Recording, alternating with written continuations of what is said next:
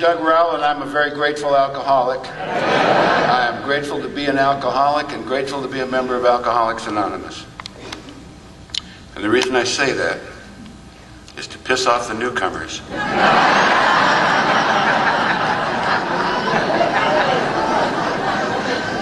I know what it's like to be a newcomer. It's like, listen to that jerk. He's grateful to be an alcoholic. Yeah,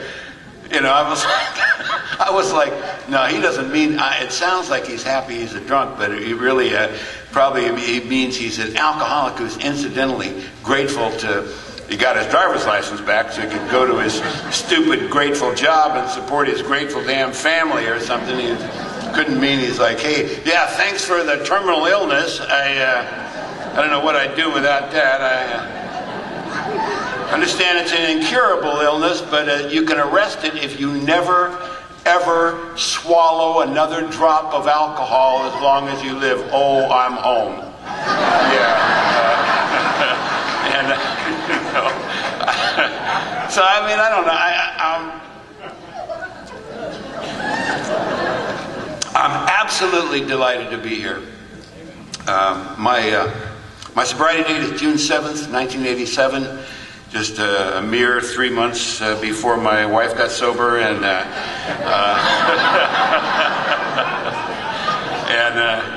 she's got a hell of a program too. I mean, she is, and and if she runs into trouble, I say, wait 3 months, honey, it'll all be clear.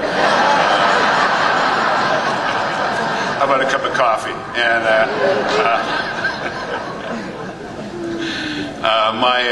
my sponsor's name is Dick M., Bellevue, Nebraska. And my home group is called the Winner's Attitude Adjustment Group of Alcoholics Anonymous in North Hollywood, California. We meet every day of the year at 7 a.m. And if you're ever out in that area, we're at the First Presbyterian Church in North Hollywood, the corner of Colfax and Addison, every day of the year. And some people say if you have those three things, a sponsor and a sobriety date and a home group, that's all you need to stay sober. And it's close, but I always think like a big book couldn't hurt, But what a great conference this is. I mean, first of all, our first glimpse of the conference was when Robin and Brian met us at the baggage claim at the airport, and and we saw the same light in their eyes as they saw in our eyes, and they've been great hostess and host for our stay here. And the speakers, oh my God, this morning of Howard P. followed by Sandy Beach, these guys are like the professors of spirituality to me. And I know they're probably both embarrassed that I'd say that, but they just are. What a joy to be honored with being part of that group. And then they're professors because they're students. They're both people who are always learning this thing, always seeking and sharing it with us. And then the other speakers, Chet's tradition talk was terrific, and then Rose. If you missed Rose Wednesday night, I really encourage you to get the CD. And Chris was great. And tomorrow we've got tomorrow before noon we've got Father Tom and Ron W. and Ajit and Lynn. And that's a conference by itself, I mean, really. And of course, my wife Carla, who is just my favorite alcoholic. We were friends. Carla and I were friends in AA for a long time, for about 12 years. We liked and respected each other, and we ended up both getting invited to talk in a conference in Scottsdale, Arizona. We knew we were going there. We were looking forward to it. When we got there, we were the only people there that we already knew, and so we ended up having a couple meals together, and we sat by the pool and had a conversation, and we'd known each other for a long time. I had actually, she was a secretary of a meeting once and invited me to speak, and I had said something about what a lovely meeting, and a clever and beautiful secretary, and that was good. I'm glad I said that now. Because I had no idea how beautiful and clever she actually is. But when we came back from Scottsdale back to LA, we sat on together on the plane and started talking, and I really wanted to keep this thing going. And so I said, told her I was going to go see this play, and I said, have you seen Spam-A-Lot? It's a Monty Python musical version of the Holy Grail. And she said, no, I wanted to see that. I said, I'm going to go see it next week. You want to go? She said, yeah, let's go. So now I'm thinking, great, I'm going to spend $150 on theater tickets, and we'll never have a second date, because then she'll know who I really am, and thanks for, but the fact is we went to the play, and we've been playing ever since, and we got married. We got married this May 7th. We've been married almost 3 months now. And, I mean, it's just, the thing is, if you're new in here, stick around AA and say yes. Say yes. The reason that Carla and I were in Scottsdale together is because we say yes. They said, you want to come to Scottsdale in August? Oh, yeah. Yeah, I can't think of any place I'd rather be. Hell, maybe. Hell. So life is beautiful. And Ajit is one of my favorite Al-Anon speakers. He's an Indian from the tribe of Al-Anon, and not a slot machine Indian, a Slurpee Indian. And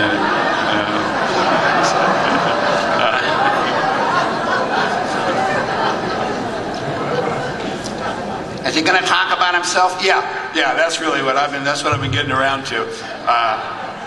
I did not come to Alcoholics Anonymous to stop drinking. I didn't. I had a friend, a couple of friends who had gotten sober in Alcoholics Anonymous, people that I drank and used with. When I say used, I'm talking about using illegal drugs. And I don't apologize for mentioning drugs at an AA meeting, because it's part of my story. I know some people are offended by that. Mostly jealous old-timers, I think, and no, come on. But the fact is, I mean, we come in, we talk about what lousy parents we were, what lousy employees we were, what lousy drivers we were, and how alcohol affected everything in our lives. But don't mention drugs. That's part of my story. And when people get up at the podiums like this, lecterns like this, and say, I also had got involved in some outside issues. I mean, my head has spent the next 10 minutes thinking, what outside issues, I wonder, Were you a gasoline huffer or a child molester, or, the fact is, I used every drug I ever heard of, except for drugs I've heard of since I got sober, of course. And you kind of wonder, though, don't you? Did I get sober too soon? I mean, that's why you hang out with new people, because I'll tell you, ecstasy is a good name for a drug. I don't know. That's why you hang out with new people. Say, hey, did you ever do any of that ecstasy? And yeah. Well, how was that? Dude, I'm here,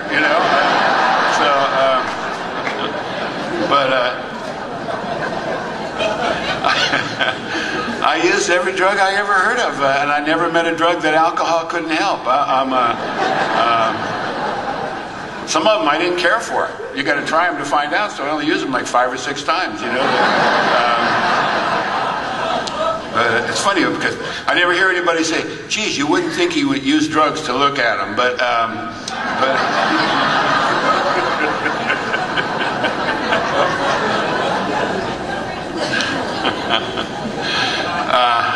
but anyway, I had if I had known, if I didn't know, I mean, you don't know where your life's going when you're living it. You only know looking back at it. And if I had known coming up where my life was going. The first time somebody said, "Hey man, try this," I would have said, "Yeah, I'd love to, but I'm going to be speaking in an AA meeting in 30 years, and I don't want to piss anybody off."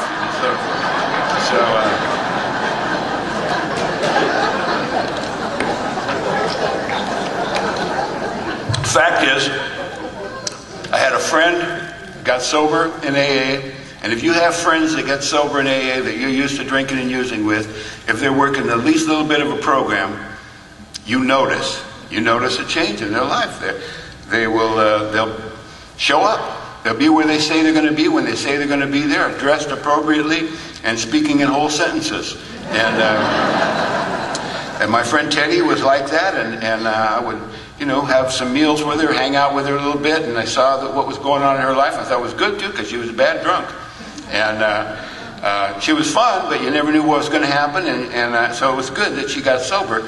And I don't think that she ever tried to proselytize to me, but if you got somebody that just newly sober, seems like every paragraph has words in it like sponsor and a home group and big book and steps and sobriety and gratitude and all, and finally I just had enough of it. I said, "Teddy, listen, if I see alcohol interfering with my life, I probably will go to AA, okay?" And she knew me well, and she you could see blood trickling down her cheek from biting her lip, but she let it go. She said, "Really, Doug? I mean, in this last year, you lost two $50,000 a year jobs." Which is true, and they were good jobs. There, I was a union stagehand. I was a prop man in television in the LA area, and I had gotten a pretty good reputation. But my drinking was getting out of hand, and I was a head prop on this show at CBS. I was supposed to be there at 7:30 at night for the taping of the show, and I was too drunk. I didn't show up. And they did the show anyway without me, but but they fired me, and they just called me at home, told me, "Don't bother to come back. You're fired." So I got that. So about a couple months later, I was on the prop crew at a show at NBC, and same thing. I was supposed to be there in the evening. I got drunk. I was too drunk to work, but I showed up. I showed up anyway. Because I learned my lesson, and they fired me anyway. So, I mean, it kind of seems like they're out to get us, you know what I mean? Like you really can't win with these people. So, but she had mentioned you lost these two jobs, and I said, "Yeah," and she said, you've been asked not to come to your daughter's house anymore. That's true. My daughter Starshine, she can't help it. Her parents were hippies, and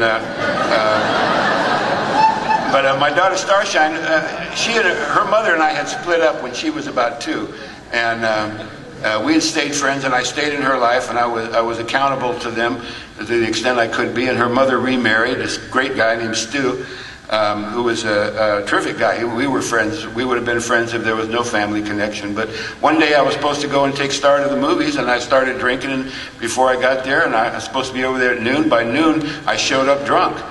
And I try to act like I was just kind of in a goofy mood, but they know that. Let me tell you something. If you're new, when somebody says, "Have you been drinking?" they already know the answer.